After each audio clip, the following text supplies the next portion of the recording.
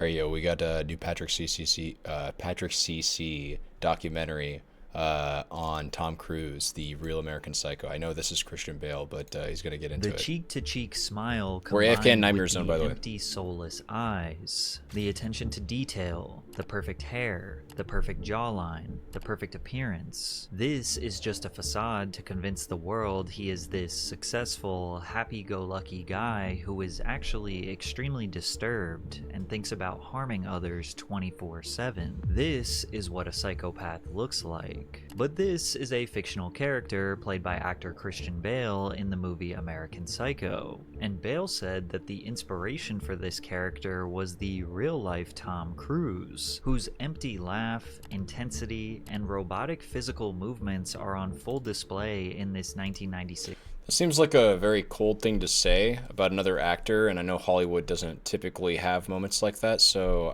I mean, I wouldn't put it past it for Christian Bale, but I've got to look this up. Christian Bale, Tom Cruise, American Psycho, inspiration. What, did he say this in jest? I need to see this in full context. Okay, yeah, actually. Having watched Tom Cruise doing an interview with late-night commentator David Letterman, Bale saw the exact qualities he wanted to portray in Bateman.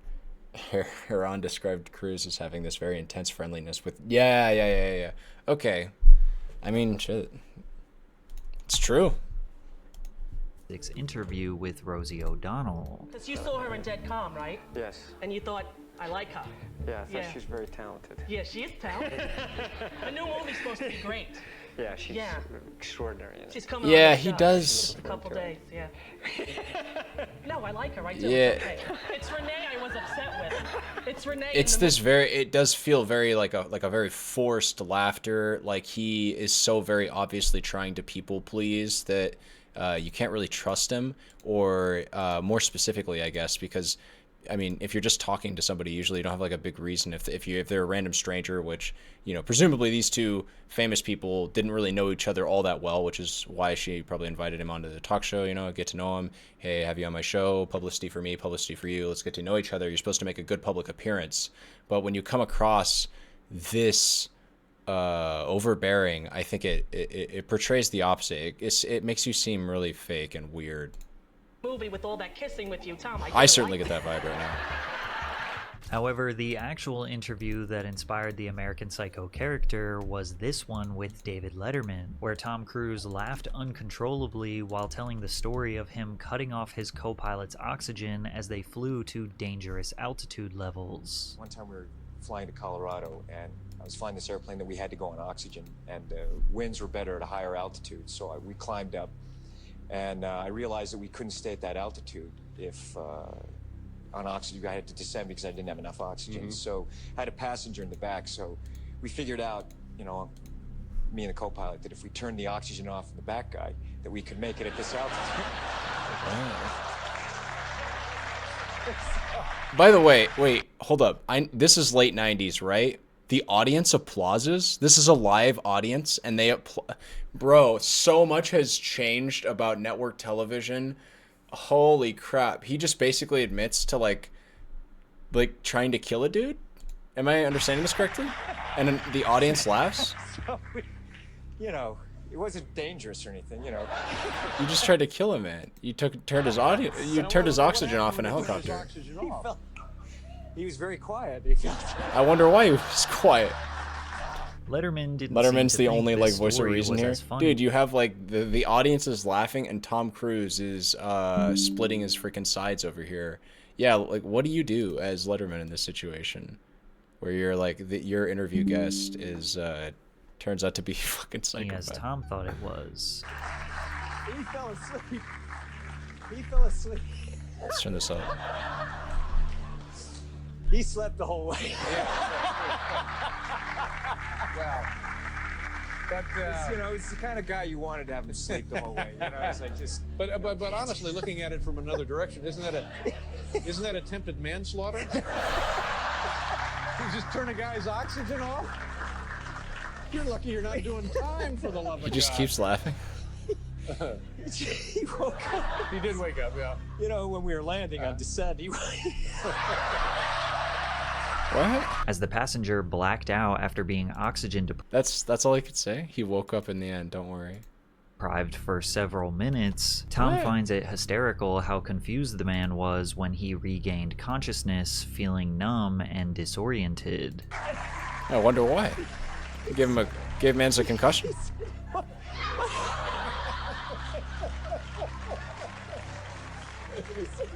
my hands are... His face was probably blue. He lacked oxygen. He was on Mars for a bit. Jeez, my hands... I wonder why he said that. The dude's living... Are your all's hands... Oh, he was disoriented as shit, too. He probably didn't even... He said my hands are tingling. I slept the whole... I said, must have been the way I was laying. He Now, some probably... people look at this as And dude, he probably wasn't even like Tom Cruise was probably such a big actor at the time that like this guy probably couldn't even, because this is the late 90s again, so like this guy probably didn't feel comfortable even saying anything negative to Tom Cruise. He probably felt like he had to like somehow appease the two powerful people, or certainly the at least the one powerful person in that situation. nothing more than dark humor. The guy was fine. It was just a harmless prank. But maybe I don't Christian know. Bale was actually That's pretty onto fucking something. nuts. And no, I'm not suggesting Tom Cruise is actually a serial murderer or I enjoys am. the suffering of What others, but he does have an obvious dark side. One I'm that just kidding. seems to be ignored by the masses. While they praise him for his box office hits and incredible stunts, Tom credits Scientology as the reason why he is so successful. Scientology Yeah, that's right, is he's the fucking nuts over this quote-unquote shit. religion that thrives on forced labor, signing its members to 1 billion year contracts, having an alleged torture camp called The Hole, among other horrible allegations from I didn't know former about this. members. Tom is so dedicated to this religion, he abandoned his own 7-year-old daughter and has not seen her in over a decade. Today we're going Jesus. to deep dive into the career of Tom Cruise and try to assess why he is so loyal to the shadowy world of Scientology. The only understanding I have of Scientology is from like honestly old videos from like 2010s covering it. Honestly, from people like Thunderfoot. The entire religion seems like a massive cult to me. Honestly, a lot of religions do now, and especially I started latching onto this context of like all religions kind of feel like a cult ever since I started looking into Scientology and understanding how mainstream it is.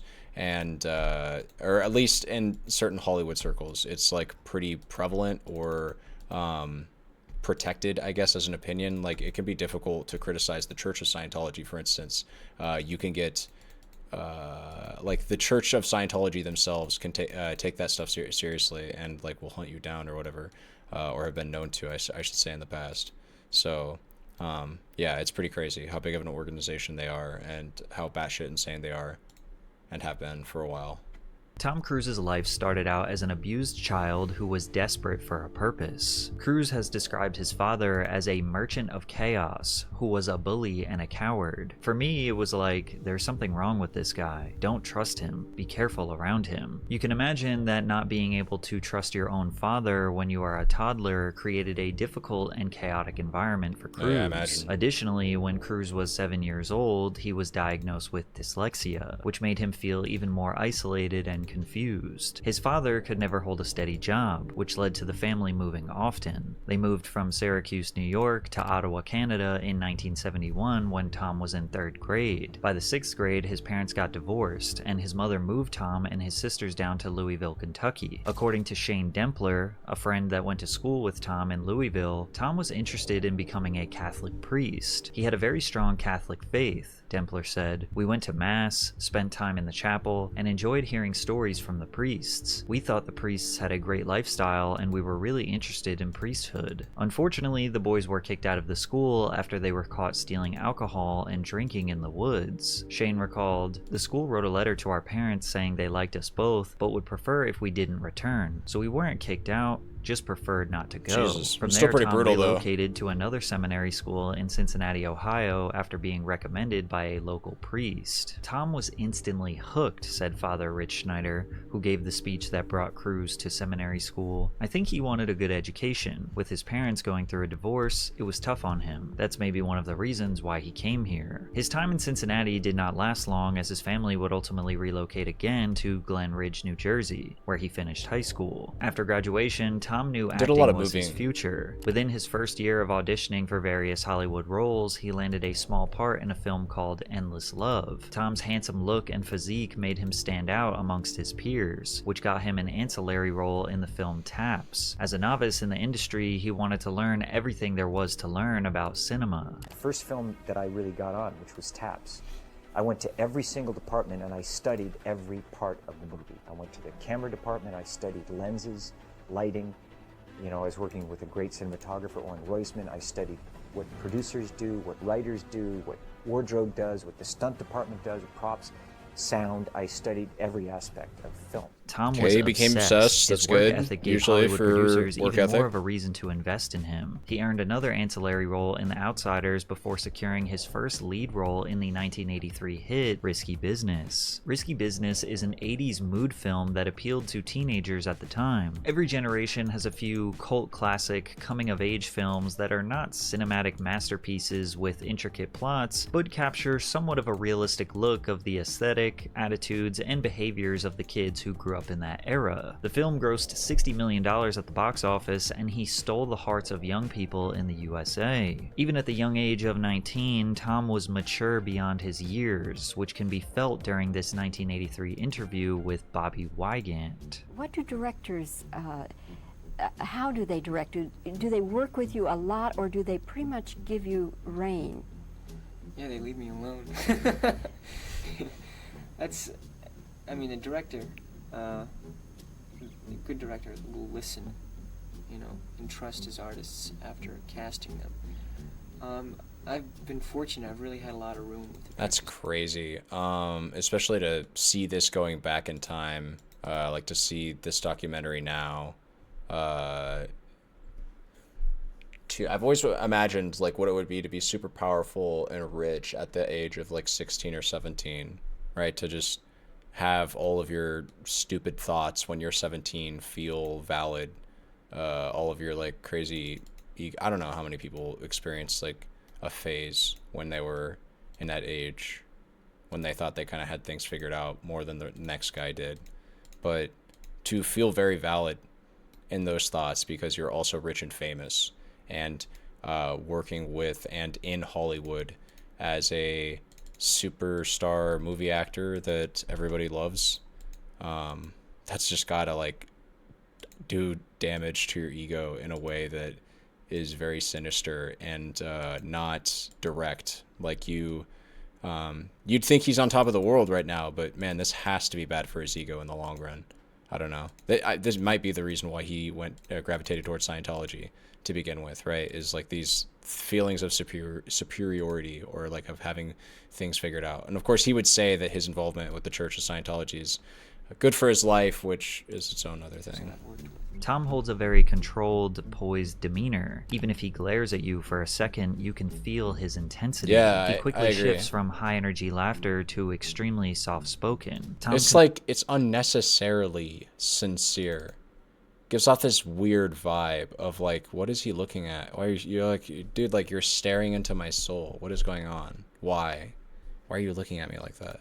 Continued It's his too trajectory much. as a I don't rising need star in this. Hollywood, and in 1986 he would land a lead role in a classic film that would officially secure him a 40-year legacy. It also ushered him into the controversial Church talking of about Top Gun? Scientology. But first, a quick word from today's sponsor, Ooh. Underdog Fantasy. Week 2 of the NFL Sorry, dude, I do have to skip the gambling for kids ad. I do apologize. Your videos are dope though. Patrick CC has very good content, but I do have to skip the ad.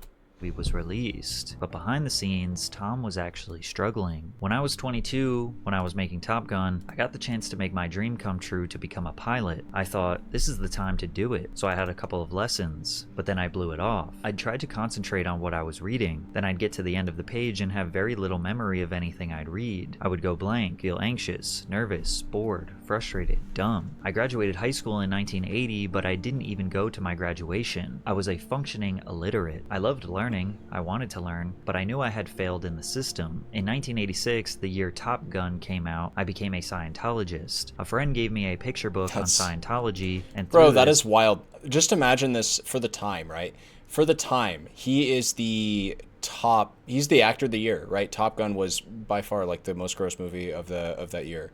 You are the actor of the year. You're like a big shot, celebrity. Everybody effectively wants to sleep with you, and you are like one of the most powerful men on the planet, just by virtue of that fact alone. And he was gravitating towards a cult, like he was moving towards Scientology in that year, in those years. That was like, I don't know, this is crazy. To make my dream come true to become a pilot. I thought, this is the time to do it, so I had a couple of lessons, but then I blew it off. I growth after late 80s. Tom Cruise played the role of the... Wait, sorry, what the heck? I mean, the director.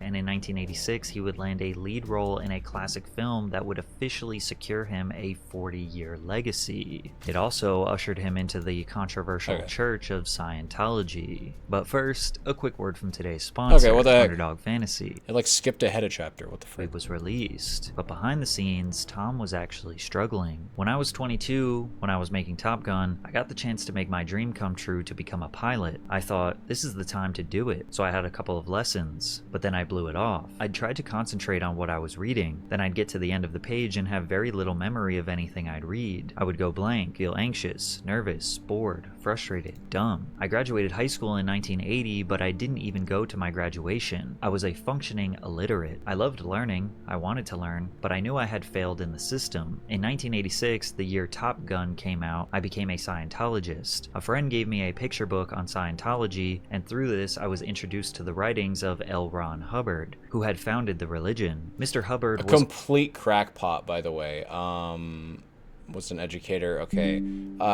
If you ever want to know anything about Scientology, specifically with the intents of discrediting it because you have a friend or a family member that is thinking about getting into it, or God forbid, you're yourself wondering if you should get into Scientology, the number one way to deter yourself to walk towards the light and stay away from the religion is to just read L. Ron Hubbard's writings, the founder of Scientology. I am convinced that the more people that are in the cult of Scientology that know about what this man truly believes, the less I guess either one of two things will happen. Either A, you will become more insane, more like emboldened in your beliefs for some reason. You'll feel more like you need to be like a zealot of L. Ron Hubbard, or you will just you'll have your not come to Jesus, but like your come to reality moment where you'll just be like, oh yeah, this guy's batshit insane. This whole religion is fake and crazy, and I need to like go do something more productive with my time. This man believes that all of the field of psychology is fake and dumb and lame and other words that I can't say on this broadcast for fear of bad things. He's also used and admitted this, used popular works of media and fiction to design, and I like full usage and intent of the word design there, his religion, Scientology, which is to say his entire religion is based off like just a few movies that he saw and thought were cool when he was a kid and took inspiration from. He's admitted this all before. L. Ron Hubbard is a complete... Well, it's not even like right to say he's a scam artist, because I think he's just a troubled man who was able to write his thoughts down, and people started gravitating towards his beliefs for whatever reason. It's insane. Yeah. If you're ever curious to open the rabbit hole, so to speak, on Scientology, you really should just go straight to the source. It's a batshit. Just read his Dianetics. Yeah. He wrote his own medical book. This was supposed to compete with the This was supposed to compete with the DSM, Dianetics, the modern science of mental health. This was literally meant to compete as an index for what the fuck is going on in your brain when you don't know what the fuck is going on in your brain. Manual. Okay, so yeah, just read into this shit, you know, and of course approach it with a grain of salt. I don't need to say that. I really hope that you, just if you're gonna stare into the void, guys, remember to like have a rope tethering you back. Okay.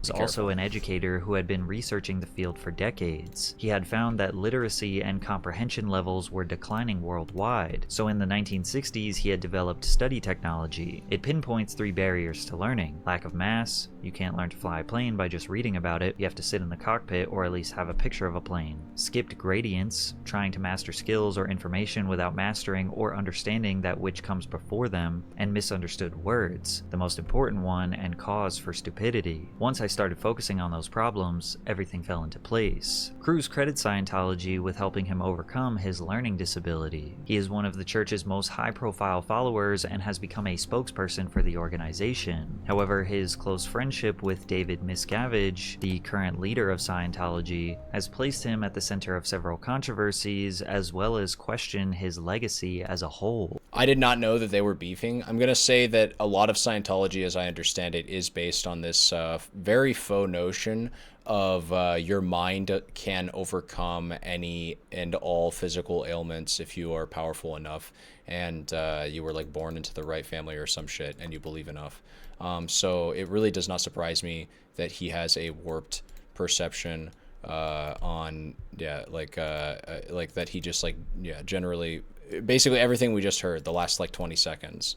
None of it surprises me. Scientology is a religion that many consider to be a cult created by science fiction writer L. Ron Hubbard. According to the Church of Scientology, Ron was a highly trained lieutenant commander in the US Navy, who became a war hero that sunk a Japanese submarine, as well as a Purple Heart Award winner due to suffering blinding and crippling injuries through the course of combat in the Second World War. Yeah. One medical report describes Hubbard as suffering a severe bone infection in the hip and back, forcing him to walk with a cane. Another shows his vision registered at 2100, which according to Medical Review meant that he could not distinguish facial features until 3 or 4 feet away, could not make out a street sign beyond 10 yards, and could not read a newspaper. Whereas the official US Navy documents say that he was not qualified to be a lieutenant commander, he never received a Purple Heart, categorized his injuries as being exposed to light for too long and spraining his ankle, to which they prescribed him dark glasses and declared him ready for duty, as well as analyzed all potential evidence surrounding him sinking a Japanese ship, only for them to find that there was no submarine in the area at the time.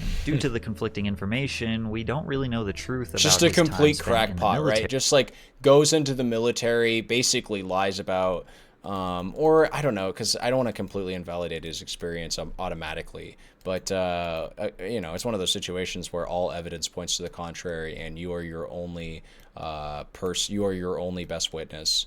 It's kind of looking sketch, like, but he just does all this, and I think this garners a lot of these actions that he does right here of like joining the military and spinning all these crazy narratives about like what he did about his time in the military, basically, is what funnily enough gave him a lot of like credibility. We'll like listen on, but I'm pretty sure we'll get this notion of like he started his religion after his time in the military. And those two events were definitely connected, the whole being in the military and starting their religion. What we do know is that he was an incredibly proficient and fast writer. Hubbard holds the Guinness World Record for the most published works by one author: Battlefield Earth, To the Stars, When Shadows Fall, Typewriter because that's what he really wanted to do. A few of his fantasy, he really wanted to write fiction stories. Yes. Although he published books at an incredible rate, there seems to be a quantity over quality issue, because he was never able to make a financial living off of his work. There have been extensive studies and multiple but he really wanted sources to. that have corroborated this L. Ron Hubbard quote. He told us that writing science fiction for about a penny a word was no way to make a living. Yeah. If you really want to make $1 million, he said, the quickest way is to start your own religion. Yeah. If this quote is true, that would insist that a science fiction writer came up with a silly idea for a religion to Yes. get rich, Yes. and people happen to buy into it. Yes, that As is Hubbard exactly struggled what to sell happened. his books and begged the Veterans Association to increase his monthly allowance so he could pay his bills, he began developing his next big book, Dianetics, The Modern Science of Mental Health. Dianetics is one of the fundamental pillars of Scientology that Yes. is still practiced to this day, nearly 75 years And later. it's full of Since there was bullshit. very little to no attention on the importance of maintaining positive mental health in the 1950s, the book became popular quickly, selling over 150. Seriously,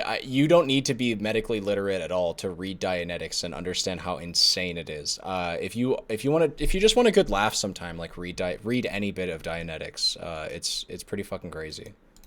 50,000 copies in its first medical year, earning science Hubbard that's over $1 espoused in million. there.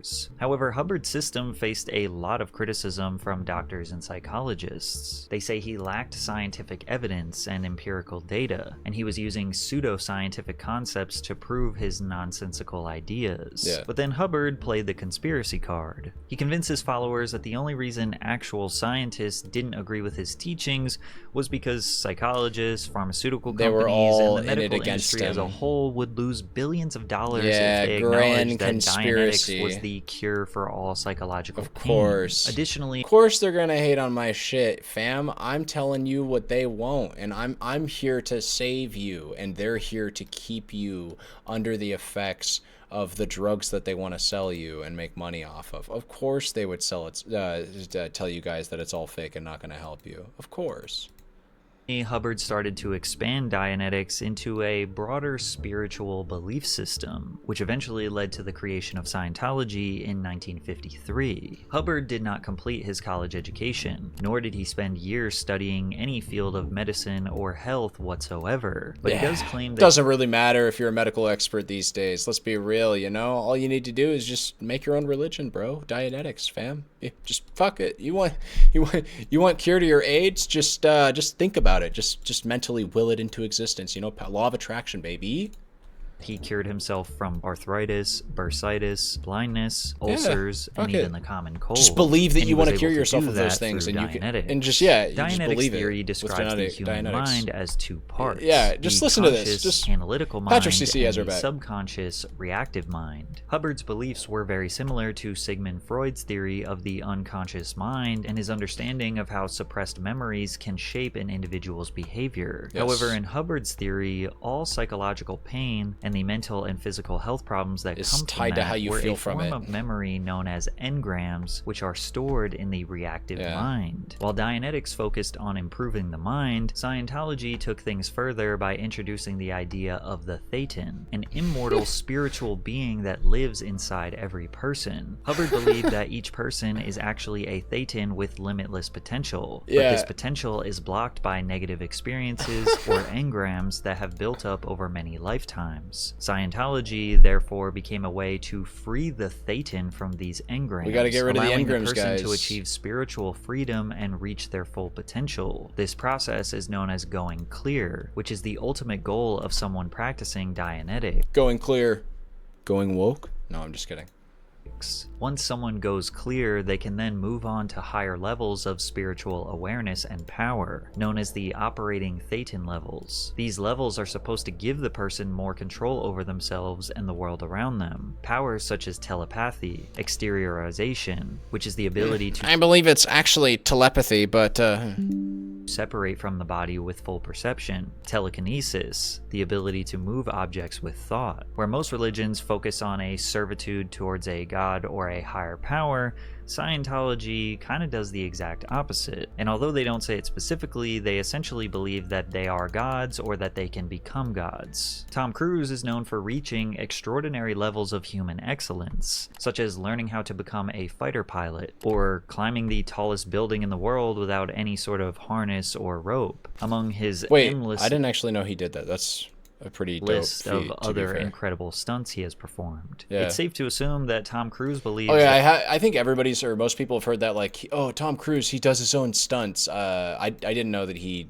climbed up the top of a building with no gear. Though. that going clear nuts. has allowed him to accomplish the Is that stunts what he has said? performed. It's reaching extraordinary levels of human excellence, such as learning how to become a fighter pilot or climbing the tallest building in the world without any sort of harness or rope. That dude, I'm AFK in Nightmare Zone. Is it, yeah, climb the Burj Khalifa, is this it? For Ghost Protocol, he did. With no gear? Bro. Everybody just wants to sell you ads these days. I am trying to sell you guys ads, except not yet, because I'm not monetized. Is a defining moment for the franchise, but audiences wonder if he climbs it in real life. With a growing list of dangerous stunts that he has on his resume, scaling its exterior is the 4th installment of the Mission Impossible franchise. Man, maybe I need to watch this movie.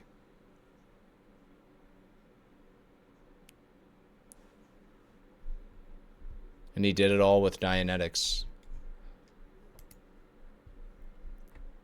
Wait.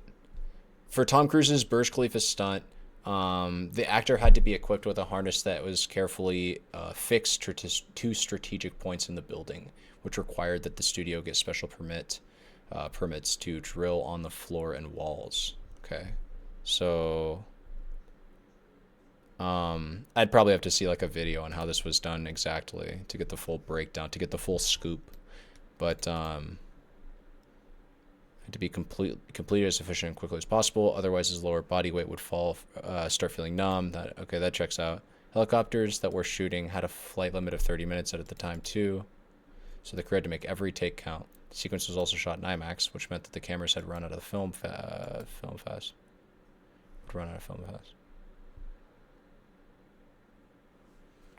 Calculated.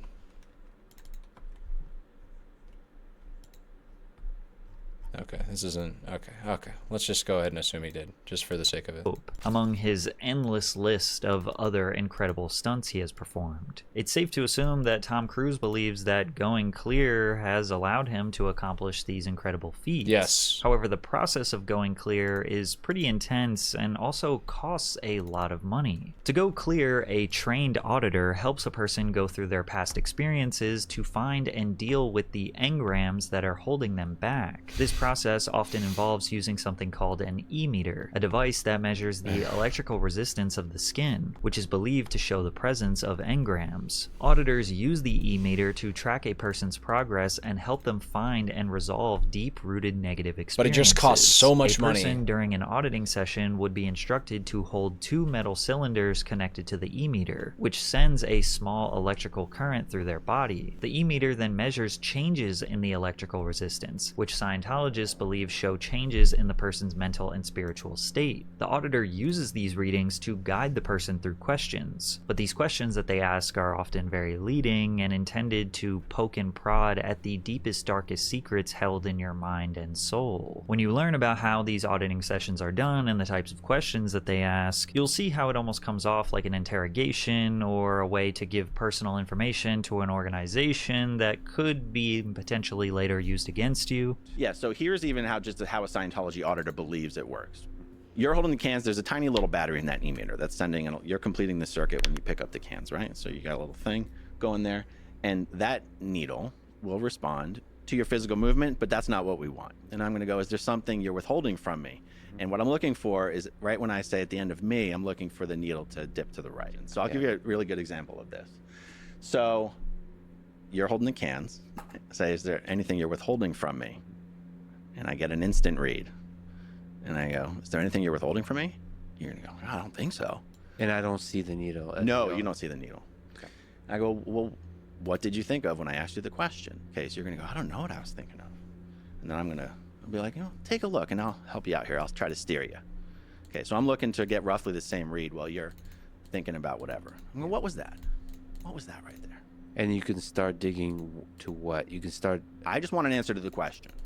Okay. And I can go to memory Yeah, and you can give me any answer you want. There's no way for me to know if you're giving me the right answer, but I want you to give me something. Yeah. If you say you can't give me anything, I'm going to keep using the emitter until you give me something. Yeah. Okay, so let's say you give me something. I'm going to get all the details about that, and until like time, place, form, and event, I want to know everything that happened. I want to know all the details. And by the way, I'm writing all this down, so I'm taking notes of everything you're telling me that it's a bad thing that you did that you haven't told me about. Okay, so I'm keeping notes. When you represent to me that you've told me everything there is to tell, I'm looking for the needle to give like a smooth back and forth motion like this. And Scientology calls that a floating needle.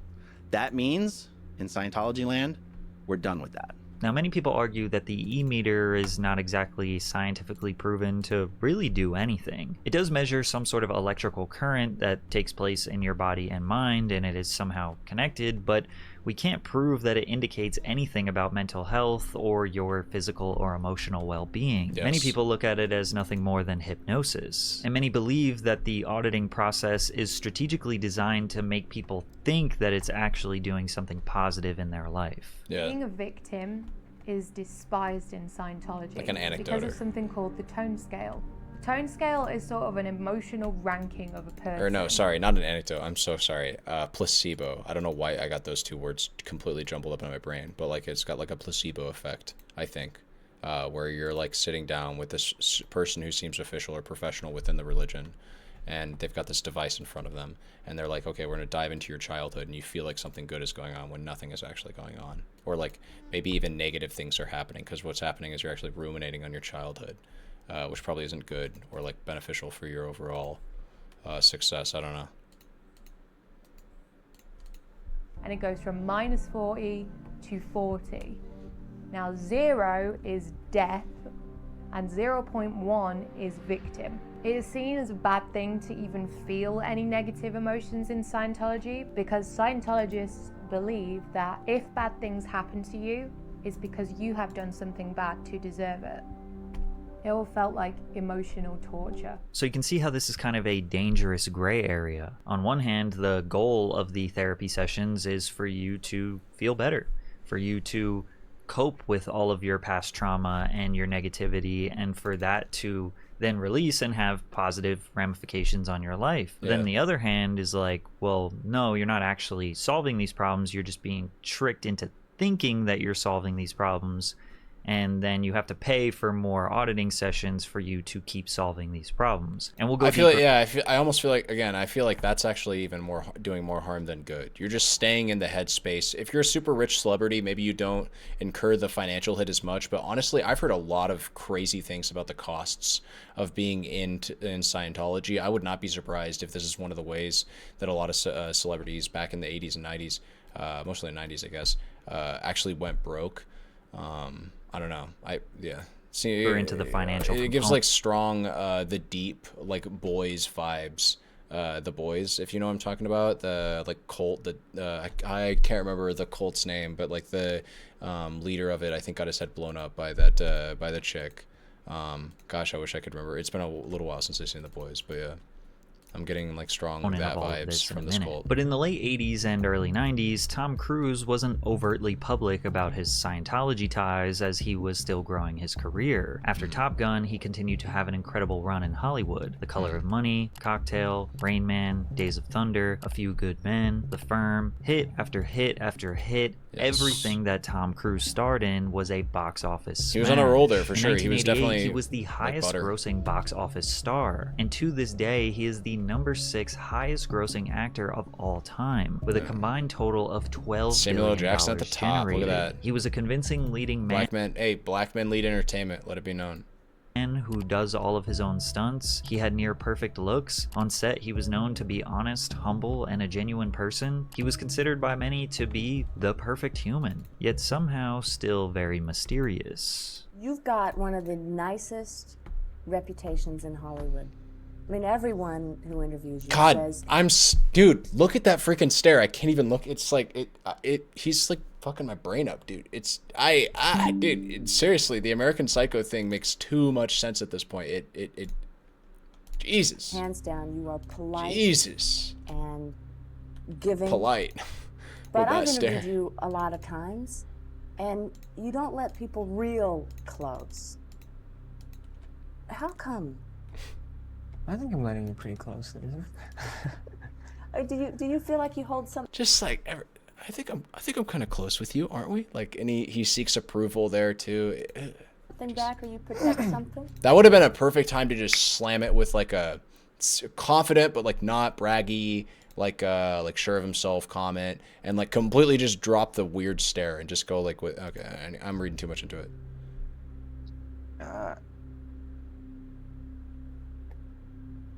Yeah, I mean, I'm doing this, to help promote the films. I mean, I really don't hold back that much. I mean, you ask me anything, but I mean, there is a certain, certain things that I really don't want to talk about, and certain things that really aren't important, aren't important for people to hear, and I really don't even think they want to hear. In the early 90s, Tom began speaking about the Church of Scientology more publicly. Tom, let me try to understand. The Church of Scientology, is this something that feeds you spiritually, or is it a technique that just helps your mind? Is it a religion? Yeah, I mean, by definition, it is a religion. And is it for you? Does it help you in a spiritual way? Yeah, but the thing is that it's not a matter of being fed something. And it is not someone telling you how to live your life. It is not someone feeding you what is real for them. It is what is real for you. It is a self-exploration. These are really good media answers. These are very, like, you can tell he was obviously trained before going into this interview by at least, like, I don't want to say smart people, but like people smart enough to understand that to understand the way that they wanted to portray Scientology, and they had like a plan for how they wanted to do that. They're trying to stress that it's this self-empowering movement or religion. They're even candid about that, right? They even just straight out come out and say it's a religion. I guess back then it would have made more sense to try to take the religion angle to seek like sanctity. I guess like America certainly was like a lot more religious of a place back then, so trying to seek legitimacy through religion and like establishing a church probably made sense as a marketing tactic. Nowadays it's kind of hard to see. I think they'd actually be better off seeking the pagan route of like denouncing any kind of religion or religious ties and just going full on like hippie with it or some shit. Like, yeah, we don't have a god or anything like that, we're just like, we believe in energy and nature and shit. Bother you that it is considered so controversial, that it is considered a cult, that it has been investigated? I'm not telling you. But sorry, did you notice how he was trying to stress how, let's just go back actually. I mean, by definition, it is a religion. And is it for you? Does it help you in a spiritual way? Yeah, but the thing you'd almost think that the interviewer was like trained to ask that question, because that question set him up so well to explain it as a movement that he is in only for self-empowerment, which is technically a selfish pursuit, but it's not weird. It's one that I think makes him fundamentally human, especially when you consider him as an actor and the amazing things he did and was doing at the time, at least insofar as like stunts in film and just generally pushing the film industry at the time forward, the action film industry specifically, with respect to like what it could do and whatnot. Having someone like this come in, sit down and talk about this pretty weird or obscure, I guess, religion, and giving it legitimacy and talking about how it can help your life as it helped him better himself and like move him from point A to point B in life with like in kind of an abstract sense, right? Like it moved him, drifted him from the waywards onto brighter shores. I don't know. He was able to enrich himself with it, and that's kind of like the angle he's taking with it, and that I think that makes it appealing to a lot of people, especially a lot of people that might be watching this.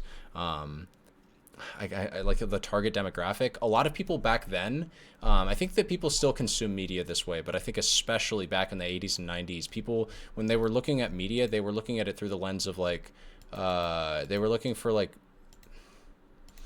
to our parents, right? It was a lot more important that you had like good role models or people that you could look up to on screen at all times. And I think Tom Cruise was that for a lot of people. To someone like that, hearing them share this thing that's very personal to them, that they swear by, that is, you know, effectively their religion, right? This is him talking about his Jesus or his Bible, his God, whatever. It gave it a lot of legitimacy, right? Scientology was certainly never the same. when they got their hands on Tom Cruise. He was very good for their religion. It's not a matter of being fed something. And it is not someone telling you how to live your life. It is not someone feeding you what is real for them. It is what is real for you. It is a Kind of really annoying boss combination. I'd love to get Ultimate Force right now. Does it bother you that it is considered so controversial, Just gonna that it get is ping-ponged considered a around cult, into that it has infinity. been This is insane. investigated? I'm not telling you anything you don't know. I shouldn't have repotted. We should just No, take it the doesn't. death. For me, I don't care. It doesn't affect me at all. It doesn't matter to me. Whatever anybody thinks or what they don't know, I know what I know. He still seemed to be reserved, not willing to go into immense detail about how the church functions and his role in it. In Yes. 1986, He's always L. been Ron guarded about Hubbard information died, about and the David church. Miscavige was named chairman of the board or the leader of Scientology in 1987. I think until maybe he started getting like 2,000 super hours pressed about Friday, it, and then he started talking a the lot more about 24th it. of January, AD 36, L. Ron Hubbard discarded the body he had used in this lifetime for 74 years, 10 months, and 11 days. Just listen to the way they talk about it. L. Ron Hubbard, their leader, discarded his body, meaning like he reincarnated somewhere else or transcended this life. You know, it's just like, it's just weird shit, man. Just weird shit, I feel. The body he had used to facilitate his existence in this messed universe had ceased to be useful. And in fact, this is like this is the white man's way of getting into Eastern philosophies and perspectives on reincarnation. This was the white person version of this shit. Okay, we never really got into Taoism or Hinduism over here in the West, but we certainly did dabble in L. Ron Hubbard and Dianetics. So had become an impediment. we got our to the work libertarian version of that he shit. now must do outside of its confines. In 1993, Scientology became just stressed a the individual a lot recognized more religion and not in the United collective. States, which dramatically increased its legitimacy. For many years, the IRS refused to grant Scientology this status because of the concerns about its financial practices and whether it was really qualified as a religion. The Church of Scientology fought back by filing many lawsuits against the IRS and reportedly harassed IRS officials. Finally, in 1993, after years of conflict, the IRS granted Scientology tax-exempt status, recognizing it as a religious organization. This decision was highly controversial and led to widespread criticism, with many people believing that the IRS had been pressured into making the decision. And as you'll learn in a bit, Scientologists go to extreme lengths to gather sensitive information about others. Many speculate that they pressured, blackmailed, and Yes. threatened to expose government officials until they were granted tax-exempt status. They're crazy. But that's all conspiracy. This status allowed Scientology... No, I mean this was covered more in like Thunderfoot's videos, so I really don't know if this shit was ever true. But I remember him covering like Scientologists are fucking. They're basically they're like the mob. Basically, they will actually hunt you down. They will send you threatening messages. If you get on their bad side, they will go ape shit on you. To operate do as want a the smoke. nonprofit, which means it doesn't have to pay federal income taxes nor property taxes and has allowed them to accumulate massive wealth. It is estimated that the church has generated between $1 and $3 billion. But how did they get that money? Well, first of all, donating money to a church or a religion is very common. Scientology happens to strategically recruit members of mass wealth, celebrities, Hollywood superstars. This is the part I never got. I never got how it was so popular in Hollywood circles. I don't understand it. Perhaps Patrick CC is going to get into that, but I would really like to know, like, what made it so popular in Hollywood circles, where admittedly people don't always surround themselves with the best of people with respect to like the intentions those people have for the people themselves, for the Hollywood actors, for the celebrity, the talent in question. But it's still like this massive cult that I just don't understand how it popped off in specific. Like you could argue, well, I guess something had to do it. Like it had to be some popular cult. Some popular cult was bound to make its way into the mainstream media and like take over and brain rot people's life. But like even to that, I'd say like why? And then also again specifically why Scientology? What made Scientology appeal so much? I guess to me the concept that everything it preaches is just like so outlandish that I have a hard time believing that any self-respecting adult or person over the age of 20 can find it real in any genuine sense. safe to assume that those people are donating potentially millions of dollars. However, the auditing sessions are also very costly. Remember, the main goal or the point of being a Scientologist is to go clear. However, there are levels or goals that you essentially rank up to along the way. That's what they're These trying are to called do. operating thetan levels or OT levels, which are the goals that you hit before reaching the bridge to total freedom. Each spiritual level has an estimated real cost that it would take to reach it. Costs can vary considerably depending on the needs of the individual, but it is speculated that somebody would be paying well over $100,000 into potentially $500,000 in auditing sessions to reach clear. They set up a whole goddamn like itinerary for like how much money you're gonna pay, when you're gonna pay it, and what it's gonna do for your account. For fuck's sake, that's fucking crazy. That's cracked, bro. They have like a progression system hooked up in this Scientology shit. Fuck, I want to join now. Like, you're telling me I'm gonna get, there's a prestige system. I'm gonna get fresh unlocks. There's New Game Plus. Like, can I go woke twice? Can I go or what is it called? Go clear. Can I go clear twice? Can I clear Mark 5 or some shit? Or an auditing action. You're not allowed to finish it until you write up a success story on how great it was and how it changed your life. Yeah, it's that's I think that's like their attempts at seeming somewhat academic. Is like, yo, you have to write a dissertation on this shit as well. You know, how you would want. You have to contribute to the field. Now, if you're like, I'm not really feeling it, you get kicked out. Oh, you're not? We're gonna have to go back and see what's wrong with your last level, and that costs you more money. Hop on the lobotomy machine, my friend. The beatings will continue until morale improves. But you get to a point where it literally costs you more money to say that thing didn't give you exactly what you hoped it would. So you're trained Ultimate to Force lie hooked to me up. yourself. That's crazy. Just to save money.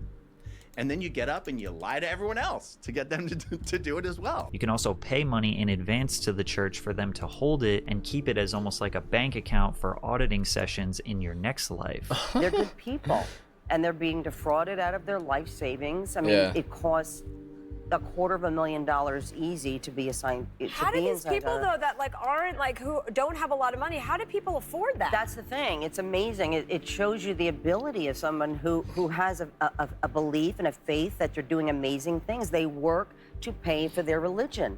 They live so crazy. below their means to I mean, pay it makes for sense. their Like, religion. people feel a certain type of way about their values. They want to protect them. They want to feel like they're contributing to them. That part's not crazy to me, and I understand that.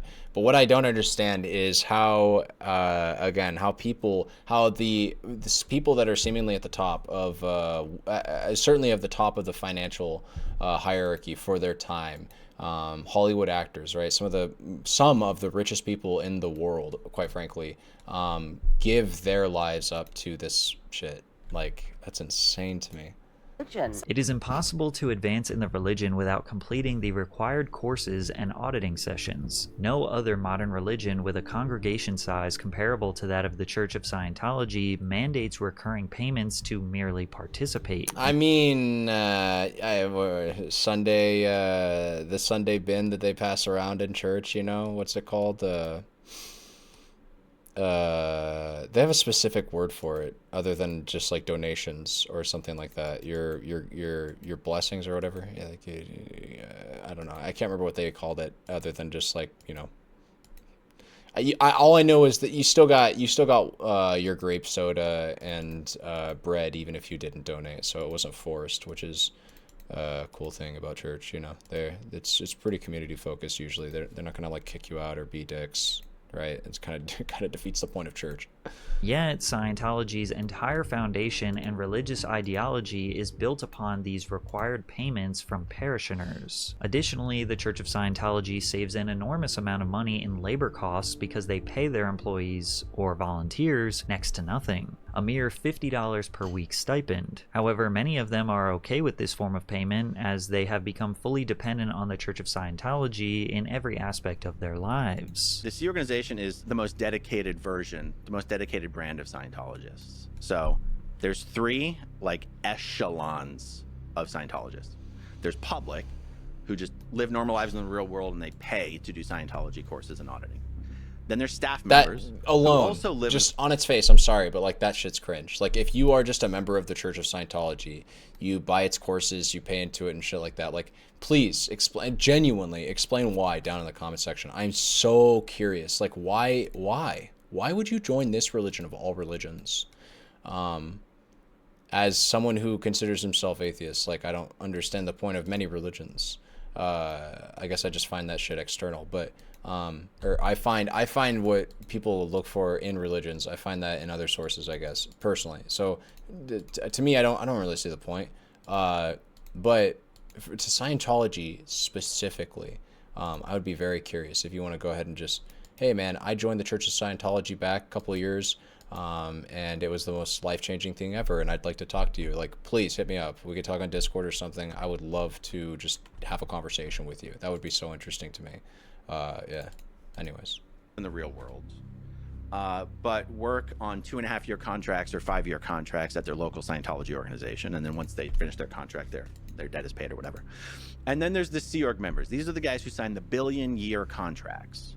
They don't have lives in the outside world. They don't own property. They live in Scientology-provided housing. They eat in Scientology-run cafeterias. Is there an actual contract that says 1 billion years?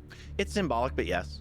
Okay. Like, no, it's not a legally enforceable contract. According to L. Ron Hubbard, the Sea Org initially operated on 3 real ships, the Diana, the Athena, and the Apollo, which Hubbard used to spread the teachings of his new religion. According to Hubbard, much of the galaxy, including Earth, was ruled tens of millions of years ago by the Galactic Confederacy, controlled by a tyrant named Xenu. Xenu was eventually overthrown by a group with the Confederacy known as the Loyal Officers, and Sea Org is modeled after these loyal officers. But like, okay, and man, if I'm willing to suspend my disbelief on a lot of things, I can see like on the surface why a bunch of kids from Hollywood could get lulled by this crazy narrative. Like maybe it gets spun to them, like the Boogeyman or Bloody Mary did, from a very early on stage in their lives. You know, instead of hearing about those fables. You hear about Scientology, and then you're a teenager, and then you finally want to give it a shot. You know, what's this all the buzz about? Everybody been talking to me about the Scientology shit. Well, I just met a guy who was from the Church of Scientology. He went to my school, and he seemed really cool, and maybe he was cute too. I don't know. There's a lot of actors in the Church of Scientology. Just a lot of good-looking people in general. For some reason, again, it seems like the cool kids club for cult members.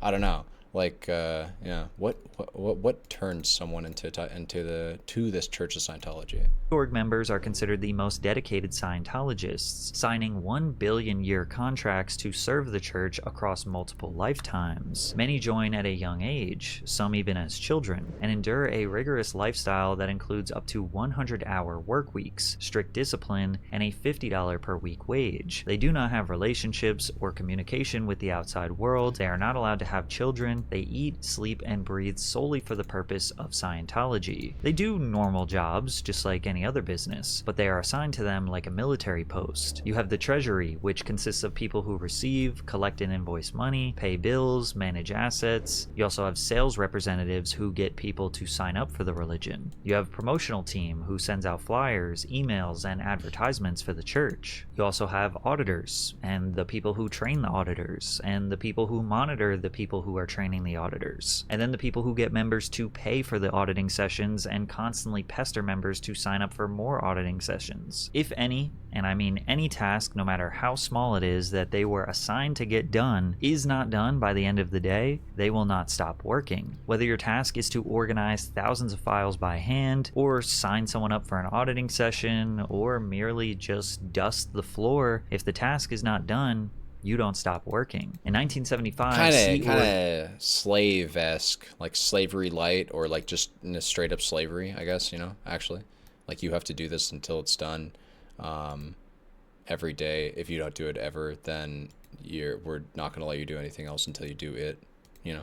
transition forced to labor. land-based operations. By 2000, the number of Sea Org members was estimated at around 5,800. Most members now live in church complexes around the world, including locations in Los Angeles, Florida, Copenhagen, London, and Sydney, with some assigned to smaller centers or acting as missionaries. And still to this day, there are many people that live and work on the sea organization motor vessel Freewinds. Scientology reports that they have millions of members worldwide and that it is this rapidly growing religion that people love. But most of these buildings are vastly empty, and it seems like they really don't have that many members, potentially in the ballpark of 40,000 people. There are countless stories of former members who have escaped Scientology, who have often described themselves as being trapped in a cult. Leah Remini is an actress and former Scientologist who escaped and has dedicated a good part of her life to expose the horrors of life as a member. We have heard stories of mind control, to forced labor, to sexual assault and abuse, to a secret prison camp called The Hole, where disgraced members of the church are sent to effectively be tortured. Describe it for us.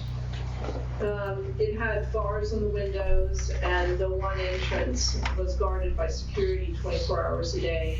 The hole basically was some kind of a slang term that had been coined long before I got there. And this is giving massive cult vibes. They even have their own punishment system, and they keep it very guarded from the outside world. That's just so weird and like culty. Hazy. It feels like a hazing ritual or some shit, like a place that they could take you to do crazy shit to make sure that you're one of them. Crazy heinous shit that they know they wouldn't be able to get off in public. I don't know. This is just, I'm more cemented than ever in thinking that this is a cult. It was where you ate there, you slept there on the floor. And you never left, with the exception of a brief period to go take a shower. When you say slept there on the floor, did you have cots or bunks or some kind of beds? No, you slept you given sleeping bag, you slept on the floor in a sleeping bag. And what were the conditions like on the floor to sleep? Well, there were ants. The place was infested by ants, so ants would crawl on you. Ooh. And there was a 2-week period during that humanitarian time law when all the violations. electricity had been shut off. Ooh, no power? You're You're keeping people in the dark, surrounded with in bugs? the desert, and so the temperature in there was about Oh 106. my god, it's like 100, it's a furnace. Take off and get away from the hole. Not possible. Absolutely not physically possible. We couldn't make it past security. The windows were barred. It's a prison. This was a prison. Right from the beginning when I went in, I obviously was They had a prison trying to figure where out they kept people. how to get out. Were you used to, in your life, getting beaten up? Is that something you were used to? No, never. And you were a 40-something-year-old woman with a very, very respected job. Yeah. Any and all accusations of major or That's what I minor don't get. misconduct within the church has been vehemently denied. They have never been tried or found guilty of committing any sort of crime. However, one form of justice they did admit to doing is called overboarding, which in the days of L. Ron Hubbard sailing the Mediterranean in his fleet of ships consisted of throwing members off the ship into the ocean. According to author Janet Reitman, the modern version of this justice consisted of going outdoors in the middle of the night and assembling at the base's swimming pool or its muddy lake. Members would then jump or be pushed into the water, often in freezing conditions, while fully clothed and with miscavige watching. Church lawyer Monique Yingling said overboarding is a part of ecclesiastical justice. They're not backing away from it or ashamed of it, she said. It has been done hundreds of times with precautions taken to make it safe. Scientology has a no-tolerance policy on anyone who criticizes or attacks their practices. It is often referred to as attack the attacker. The procedure is as follows. Spot who is attacking us, start investigating them promptly for felonies or worse using own professionals, not outside. Oh shit, this is literally ripped out of their playbook. Look, never agree to an investigation of Scientology. Dude, yo, this is good advice. I mean, this is advice that they give in their playbook to their own actors about how to handle the media. So of course it's going to be good advice. These people are, if nothing else, very well paid and very well funded, and you'd expect them to at least get this shit right and not fuck up the very bare basics of like, can we make ourselves appear competent in front of the public? But let's read it. This was the big error that, yeah, this is them explaining how one of their members fucked up. This is a big error made in Victoria. I okayed an inquiry into all mental healing. I ordered evidence on psychiatric murders to be collected. Non-compliance with these orders brought on the loss of Melbourne and the law in Victoria against Scientology. This was the non-compliance that began it. The original order I gave was relayed as, we welcome an inquiry into Scientology, or it was changed to that in Melbourne. This is correct procedure. Spot who is attacking us, start investigating them promptly for felonies or worse using our own professionals, not outside agencies, so they have their own internal data collection agency that they use to basically write a smear campaign on people. Double curve our reply by saying we welcome an investigation of them. So yeah, like, hey, we're going to keep our doors very guarded as they discussed up here, and then try to like taunt anybody who attacks our organization back on the same smear campaign tactics that we use, with, oh, you think you can one up us? Do you think that you got more dirt to smear? Go ahead. Try to talk shit about us. What do you know about us? Start feeding lurid blood, sex, crime. What? Start feeding lurid blood, sex, crime, actual evidence on the attackers to the press. Oh, I see. Start feeding. I don't actually. This is. Hey, bravo. I don't actually know what this word means. Lurid? Pronunciation? Lurid. I pronounced it right the first time. What does it mean? Very vivid in color. I didn't rock. Oh no, we're at 52. That's tragic. Very vivid in color, especially so as to create an unpleasantly harsh or unnatural effect. Okay. So yeah, start feeding just like horrible blood, sex, crime, actual evidence on the attackers to the press. Agencies. Double curve our reply by saying we welcome an investigation of them. Start feeding lurid blood, sex, crime, actual evidence on attackers to the press. You can get reasonable about it and lose. Sure, we break no laws. Sure, we have nothing to hide. But attackers are simply an anti-Scientology propaganda agency so far as we are concerned. They have proven they want no facts and will only lie no matter what they discover. So banish all ideas that any fair hearing is intended and start our attack with their first breath. So they're here, and it actually kind of makes sense, but I'm getting the vibe that they're saying, but attackers are simply an anti-scientist, Scientology propagandist. What they're essentially saying here is, we're aware that the media is only concerned in painting us a certain lie. So banish all ideas that any fair hearing is intended and start our attack with their first breath. Never wait, never talk about us, only them. Use their blood, sex, crime to get headlines. Don't use us. I guess this is just their general media strategy, actually, like their general approach to media. Never wait, never talk about us, only them. Use their blood, sex, crime to get headlines. Don't use us. There's a process called noisy investigation. It's written up in Scientology and approved by Ron Hubbard. And what a Scientology agent will do is they'll get a list of everybody you know, including your doctor, your dentist, your travel agent, whoever, your friends, your family. They'll then contact every person on the list, whether directly or on the phone, and say, we're gathering information about John Atack or whoever, and their criminal background. We found out some really interesting things already. Damn, they come at you like the literal ops, like the straight feds. Like these are cop tactics. Cops will do this often. I know this from Breaking Bad, but no, like you'll see this in any crime show. If a cop has like a suspicion on one person, and they have like confirmation of persons that the suspect is in bed with, they will, before they actually have established evidence, call the suspect's buddy and say, hey, by the way, we know that you guys did it. We know what they suspect them of. They'll just lie and say that we know that you did it to try to bait one side to just confess to their crimes to try to get a lighter sentence. So when they had no evidence, they can bait one side, one of the two parties involved, I should say, into giving indoctrinating or rather like incriminating evidence. They can bait them into giving that up. And my mother-in-law, one of my brothers-in-law, Scientology, former Scientology member is saying that this is what Scientology does to people they don't like. To the private detective who'd been sent over from Los Angeles. He travelled as far as Australia to find people who'd known me. It was put about that I was a recovered heroin addict. I've never taken heroin in my life. I was a rapist. I'd attempted murder.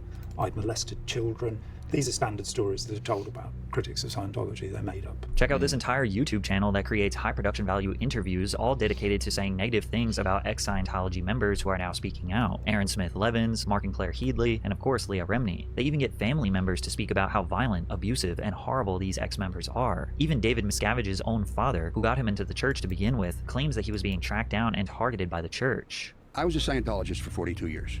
Were you raised in it? No, I got my family in 1970.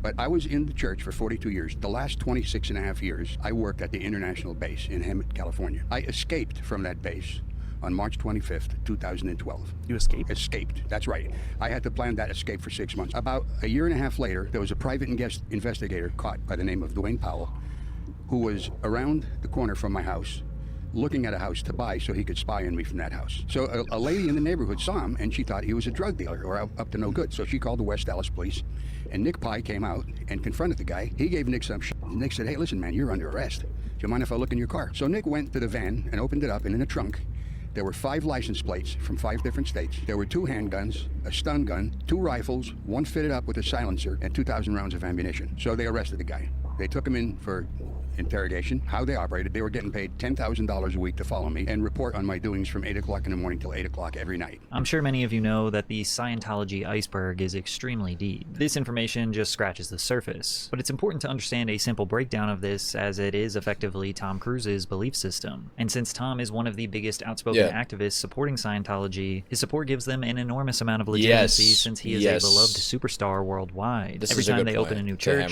they invite Tom to give a speech at the grand opening. Yeah. Our kids need help. This world needs help. The kind of help. Although this is a very old people can help recording, themselves. his point I remains. will continue to dedicate my life to accomplishing this. And I am supremely grateful to Mr. L. Ron Hubbard for the study technology he provided, because I would He's not gonna be get a here clap for today this. if I didn't get that. And I am honored to be part of the applied scholastics movement, because I know now that I can truly help, and so can you. But regardless of his ties to the controversial church, Tom continued to have rampant success in Hollywood. The Firm, Jerry Maguire, Mission Impossible, which became a 7-part series that defined his career as a stuntman. He learned how to skydive, fly, and put in the homework to make a role look realistic. He also had Eyes Wide Shut, Magnolia, The Last Samurai, and Minority Report to prove that he wasn't just a one-trick pony who does heroic action films. However, with the extreme rise of tabloid culture, publications were interested in poking and prodding around the personal lives of celebrities. And since Tom was a wildly successful actor with a popular actress wife and 2 adopted children, they were a pretty good target. We're private people. We are human beings. You know, we are human beings. I don't think this marriage lasted, but we're gonna cover this, right? I don't think this marriage with is this like a chapter?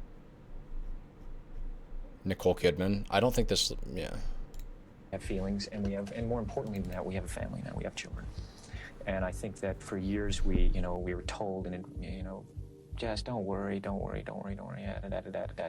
and suddenly all these kind of rumors and gossip all of a sudden starts getting printed in, legitimate magazines, and and I'd send letters asking for an apology, it's not true, and then you start getting letters back where they say, and I just said, you know what? I'm mad as hell, and I'm not going to take it anymore. And it's not right. And if they're not going to be responsible, I am going to make them be responsible. The Church of Scientology has been blamed for having a huge impact on how Tom Cruise's relationships started and ended, making people wonder just how much control it has over its most famous members. Cruise was married to actress Mimi Rogers in 1987, who was the one who actually helped convert Tom to Scientology, but by the end of 1989, Cruise had filed for divorce. According to former Scientologist Mike Rinder, who wrote about his experiences in his book, A Billion Years, My Escape from a Life. You should have hopped on that Sigma grind set though, Tom, and just did it anyways. Like, fuck it. Hey, she's not down with the monk life. The highest ranks of Scientology. He claims that Scientology leader David Miscavige was heavily involved in Cruise's life at the time, even helping to facilitate Cruise's relationship with Nicole Kidman while they were filming Days of Thunder in 1990. Rinder alleges that Greg Wilher, Cruise's personal auditor from the church, was assigned to get Mimi to agree to a divorce so Tom could marry Nicole, which was highly unusual and would never have happened with a normal Scientologist. But what could Scientology's problem be with Mimi Rogers? Well, Rogers' father, Philip C. Spickler, had been closely involved with Scientology founder L. Ron Hubbard, but he left the church in the early 1980s. This reportedly made Mimi Rogers herself less favorable in the eyes of Scientology's leadership, particularly David Miscavige. Morton's biography claims that the Scientology leadership felt such hostility towards Mimi's father that Mimi was stained by association, which may have contributed to David Miscavige's push for the divorce. Tom Cruise and Nicole Kidman met during the filming of Days of Thunder in 1989 and married in 1990. During their marriage, Cruise became more deeply and publicly involved in Scientology. Kidman, who was raised Catholic, was not initially a member of the church, but eventually became more involved and even undergoing frequent auditing sessions. However, their relationship with the church became strained as Kidman allegedly expressed concerns about the church's influence over Cruise, as well as her not wanting her children, Isabella and Connor, who were then 8 and 6 at the time, to be raised under Scientology's teachings and methods. One former Scientologist, Teresa Summers, who raised one child inside Scientology and another outside, shared her experience with the church's practices. Summers described how the church discouraged regular medical treatment, comfort, and nurturing for children. Instead, children were expected to do physical labor and were subjected to strict educational practices that focused more on Scientology's teachings than on regular school subjects. The church was allegedly concerned that Kidman was pulling Cruise away from Scientology. After their divorce in 2001, this now iconic photo of Kidman was taken where she is seen reaching her arms out in pure joy and relief that the marriage is finally over. She also left Scientology around the same time. Unfortunately, she was not able to get her kids out, as Tom retained custody of the two children. In the early 2000s, more people than ever were trying to expose Scientology for what they believe it truly is. And since Tom Cruise is the most notable member, anything involving him would get more attention, more views, more clicks, etc. Like this video of him hanging out on the freeway ship celebrating his 42nd birthday. Thank you. I am not, I don't know where I am right now. But, you know, you have to kind of be there to understand this reality. You know how that is? This is incredible. This is just, how do I thank you? Thank you. It's the best birthday ever. I mean, ever. Or the speech he gave when accepting Scientology's made-up a little Freedom weird. Medal of Valor. These are the times now, people, okay? These are the times we will all remember. Were you there? What did you do? I think you know that I am there for you. And I do care so very, very, very much. So what do you say? We can clean this place up? Huh? Because we're counting on you. It's not too weird. Dweller H. But there was I one didn't video wait. What that did he say at the end? Because we're counting on you. Okay? All right? Dweller H. But there was one video that fundamentally changed Scientology's public reputation. In this 9-minute video of what seems to be a Scientology promotion reel, Tom is ranting about Scientology with the signature Mission Impossible theme song playing in the background. And just like every other time he talks about Scientology, he says a whole lot of nothing. You can just see the look in their eyes. You know the ones that are doing, you know, and you know the spectators who are the ones that are going, well, it's easy for you, or what am I doing? And it's just, that thing is, I've canceled that in my area.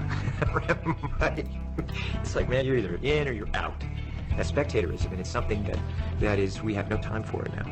So it's our responsibility to educate, create the new reality.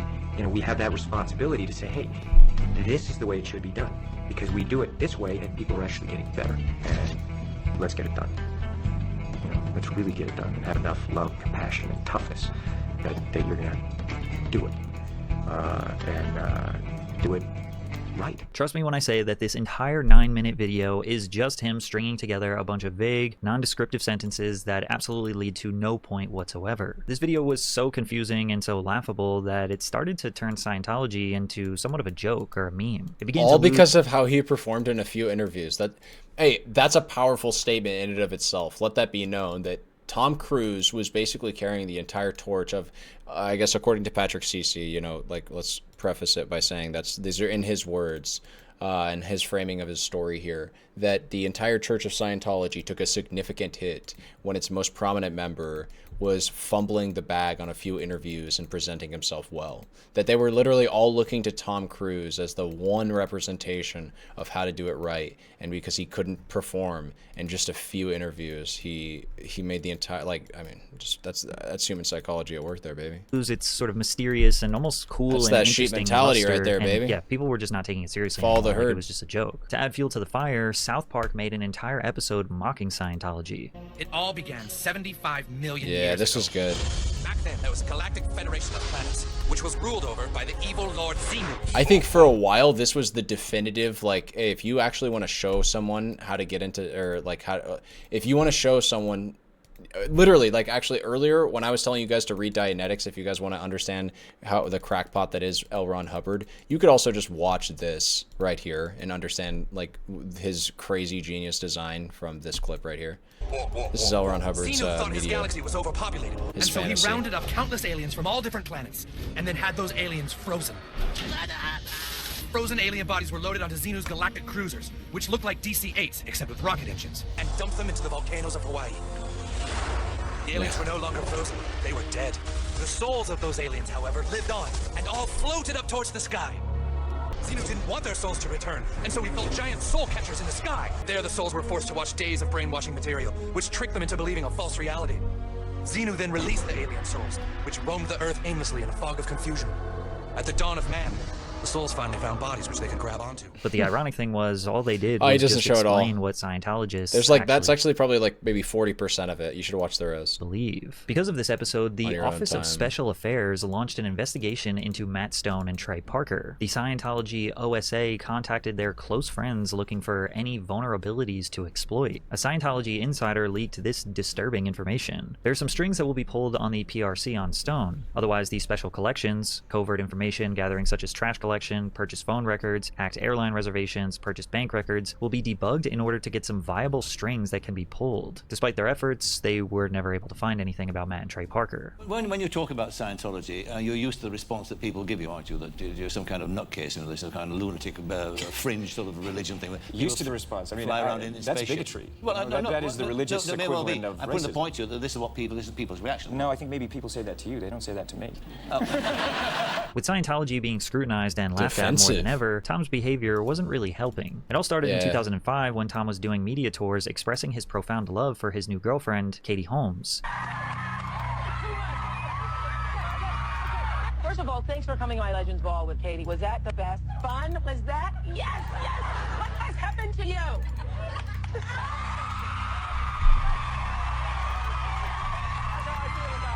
Just being weird. This is giving me like oh god, like Kamala Harris laugh. Like it's just off-putting, right? Or like any of the myriad things that Trump does. Like they're just to show both sides. I'm definitely not trying to criticize only one. Like, bro, there is so many things wrong with this, but they all have to do with like what he's not doing. It's like let's just rewind it actually. More than ever, Tom's behavior wasn't really helping. It all started in 2005 when Like, Tom was... it's just, I mean, this was 2005, so I think we were kind of just getting over it, but he starts off with like overly like touching, like just touching people. Doing media tours expressing his profound love for his new girlfriend, Katie Holmes. Getting on all four knees here. This is Oprah. This is not his girlfriend, right, that he's expressing love to. This is just him talking to Oprah. First of Just all, like- thanks for coming to my Legends Ball with Katie. Was that the best fun? To be fair, it was cut out of context. If I saw the full context there, we could just look up the interview. I'm not going to do that. What has happened to you? That could be a cut too, to be fair to like maybe Patrick Stacey is presenting this to make him look more awkward. But I don't know. I remember Tom. He just doesn't have too many good media appearances, quite frankly. He's just like he's a weird guy. He just comes across very weird. Yeah, I don't know. Just a weird dude. Sorry. You know. From one weird guy to the next, I hate to beat on us too hard here. Something happened to you. Something happened to you. I'm in love. He's in love, though. Okay. Yeah, you know, he's in love. No, they're literally on the edge of their seats. They're like this. No, I know what he's doing. He's processing. He's trying to figure out what he is going to tell. What he isn't going to tell. Have you ever felt this way? Could have been high, too. He's giving off the, like, this is very high behavior. Do that? We're going to do that. That's why you're here? That's why you're here? But some interviewers, like Matt Lauer, wanted to learn about how Scientology affects Tom's relationships. Katie has mentioned that she is embracing, or at least exposing herself and opening herself up to Scientology. I remember this interview might have gotten a little hostile. At this stage in your life, could you be with someone who doesn't have an interest? You know, Scientology is something that you don't understand. It's like you could be a Christian and be a Scientologist, okay? Scientology is something... So it doesn't replace religion. And it is a religion because it's dealing with the spirit, you know, you as a spiritual being. And it's something that there's tools that you have that you apply to your life. They then go on to discuss when Tom Cruise criticized actress Brooke Shields for taking antidepressants for postpartum depression. And I know that psychiatry is a pseudoscience. But Tom, if she said... Yeah, this is the part, because I think Tom, he just really, and most people in Scientology feel a type of way about psychology. And if he's even going to provide the most modicum amount of pushback to those statements, Tom's about to get hyper defensive. This particular thing helped her feel better, whether it was the antidepressant or going to a counselor or a psychiatrist. Isn't that enough? Matt, you have to understand this. Here we are today, where I talk out against drugs and psychiatric abuses, of electric shocking people, okay, against their will, of drugging children with them not knowing the effects of these drugs. Do you know what Adderall is? Do you know Ritalin? Do you know now that Ritalin is a street drug? Do you understand that? The difference is, this was not against her will, though. But this wasn't against her will. Madam, asking you a question. I understand there's abuse of all of these things. No, you see, here's the problem. You don't know the history of psychiatry. I do. Aren't there examples, and might not Brooke Shields be an example of someone who benefited from one of those drugs? All it does is mask the problem, Matt. And if you understand the history of it, it masks the problem. That's what it does. That's all it does. You're not getting to the reason why. There is no such thing as a chemical imbalance. So postpartum depression to you is Matt, kind of a little psychological gobbledygook? No, I did not say that. I'm just asking, what would you call it? Matt, that is now you're talking about two different things. But that's what she went on the antidepressant for. But what happened to the antidepressant? Honestly, hats off to Matt Lauer. I forgot how hard he just not even hard, how well he stood his ground here. Like he's demonstrating a lot of poise in his composure. But hopefully you see what I'm talking about. This interview got weird. Mask the problem. There's ways of vitamins and through exercise and various things. I'm not saying that isn't real. That's not what I'm saying. That's an alteration of what I'm saying. I'm saying that drugs aren't the answer. That these drugs are very dangerous. They're mind-altering, antipsychotic drugs. And there are ways of doing it without that, so that we don't end up in a brave new world. While Tom does make some interesting points about the potential dangers of using prescription medication, as well as claiming that it would be advantageous for us to pursue more natural remedies, it's kind of hard to take him seriously when he says that psychiatry is pseudoscience, but he also believes I don't even think that he really made any interesting... I kind of actually disagree with Patrick CC on this. I don't really think he made interesting points. He made the exact same points that every crackpot holistic medicine pusher says. He didn't say anything new. None of these points were actually interesting. I guess if you don't surround yourself with people like this, maybe these are interesting points. But I feel like everybody who, if you want to discredit mainstream medical science, what is the first thing you do? You lean into conspiracy. You say it's all like a hoax. You say it's all like people that want to keep you. You say it's that tired old line that we've all heard. There's no money in a cure. There's money in dealing with the symptoms, though. There's money in drugs, like in selling your drugs. Paying to reach your operating thetan levels will allow you to cross the bridge into total freedom. Tom and Katie Holmes married in 2006, and from the very beginning, there were rumors about Scientology's involvement in the relationship. Cruise introduced Holmes to Scientology shortly after they started dating. Katie, who was raised Catholic, decided to convert to Scientology, which nobody was surprised. Soon after, their marriage was official. Katie Holmes was encouraged to cut ties with her previous management team and replace them with people connected to Scientology, effectively putting her career in the church's control. As time went on, Holmes became increasingly uncomfortable with Scientology's influence on their lives, particularly concerning their daughter, Suri. Tom insisted that Katie deliver the baby in near silence. Following a Scientology ritual meant to prevent negative experiences from being imprinted on the child's mind. This silent birthing technique is part of the belief system that the noise during childbirth would cause engrams. There were rumors that the church had plans for Suri to join the Sea Org, which really made Katie worry and realize she needed to make a change. There were rumors that she was accompanied by a Scientology handler during her public appearances who would feed her lines about how much she adored Tom, as well as the church allegedly micromanaging various aspects of their relationship. Rumors aside, when analyzing what actually happened after their divorce is really telling about the reality of their relationship. You see, while Holmes was with Tom, he still had custody of his two children. Bella and Connor are devoted to their father and Scientology, and those children never really saw their mother, Nicole Kidman. So while Katie was with Tom, she was fearful this could happen to her child if she got a divorce, that her child would essentially be trapped in Scientology Scientology and under Tom's custody, and then she just wouldn't see her daughter. So just don't get married to him, though. I mean, dude, I really hate to like blame the women here, but like, holy shit, I've got to say, man, Tom Cruise is, even if he's a good-looking guy, he's just like the biggest walking red flag ever to me. I'm not gay, but if I was, like, there's no redeeming qualities to me. You could say the money, you could say the fame, but like I don't see those as redeeming qualities, because the money is something he will use against you, and the fame is something he will, I guess, also somehow he can leverage fame against you too. Even though he's crazy, he somehow managed to make that work for him. So Katie Holmes he's got an entire media team. He's got they said it before. Scientology uses their own private investigators. Like, this guy has connections. Yeah, he's famous. He's going to use that against you too. I do genuinely feel like this is the kind of guy you just stay away from. You kind of, I don't know, like, don't get involved with people like this. Months behind Tom's back and completely blindsided him with the news that she wanted a divorce. And therefore, Tom and Scientology were unable to control... This is of course, what we know now. You know, back then, they don't know this information getting into it. And those events are probably, not probably, those events are part of the, like, events that are why we know what we know now, and how we view him. So I'm not trying to blame them too much. They were, they were very much like victims in every true sense of the word, so...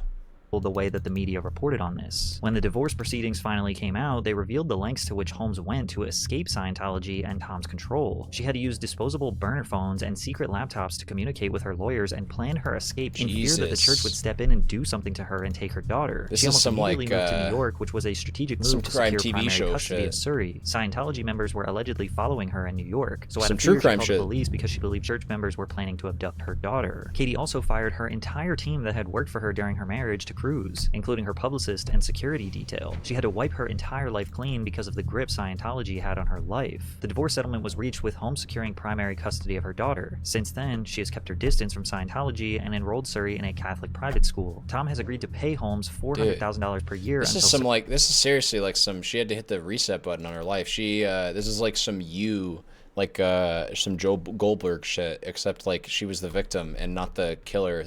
She's not Joe Goldberg, but she's like running away from Joe Goldberg, redefining her life and trying to like hide from someone. This is crazy, dude. Holy shit. Surrey is 18. However, he has not seen his daughter in over a decade since she and her mother are not Scientologists. Now, it is somewhat normal for a parent and child to disagree on values, especially religious ones. And there are definitely situations where conflicting religious beliefs will lead to a parent losing connection with their child. But many people just simply look at Scientology as not worth losing your child over. If you were to just look at Tom's opinions on Scientology, you would learn that it is a belief system that helped him become an incredible human being. He overcame his illness and used their teachings to accomplish his biggest life dreams, which is good. And I'm gonna say straight up, basically I'm gonna piggyback off of what Patrick just said. Actually, that is good for him. That is that's something that I can believe for Tom Cruise. I can believe that Tom Cruise had a good personal experience with the religion for whatever reason. Like, stranger things have happened, man. This religion that seems very much like a cult, like a batshit, just like a crazy organization, honestly. And most religions seem that way, but especially Scientology. Scientology is the first one I point to, in fact, to try to prove that religions can be crazy to people that are religious, because, well, like, hey, even religious people have to admit that Scientology is crazy. But I can still believe that, like, some people within the church are having good experiences with it. And I'm, of course, not just talking about the people that are making the exorbitant amounts of money that is being made off of this. Because someone's making an insane amount of money off the donations and shit made from Scientology. All I'm trying to say is I could definitely understand how Tom Cruise had a positive experience reading Dianetics or L. Ron Hubbard's teachings, and he feels like he maybe wants to share a bit of that with the world. But like, to the extent to which he's gone, especially like within his personal life, I guess mostly that's all we really have to call him out for, because I don't think he's done anything crazy illegal, has he? Tom Cruise is kind of for those reasons, for the like Nicole Kidman thing, for the like indoctrinating his children at a very young age into this cult, and like separating them from his mom, their biological mom, and then the stepmom as well. Like, that shit was just insane.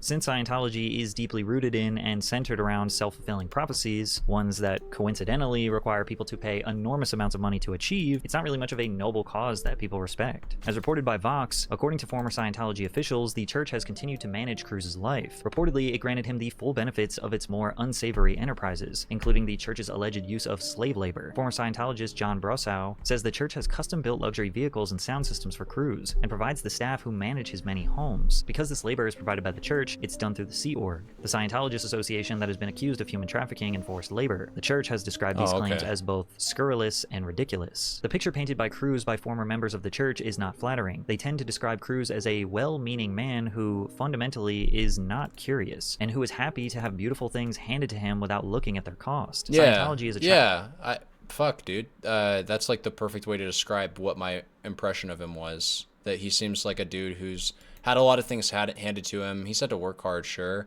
but like everything has seemed to probably, or from his perspective, maybe like everything's gone right for me, and I just constantly make the right decision. So people should listen to me and shut up. Like I'm the right guy. Clearly, life is working for me, and it continues to work for me.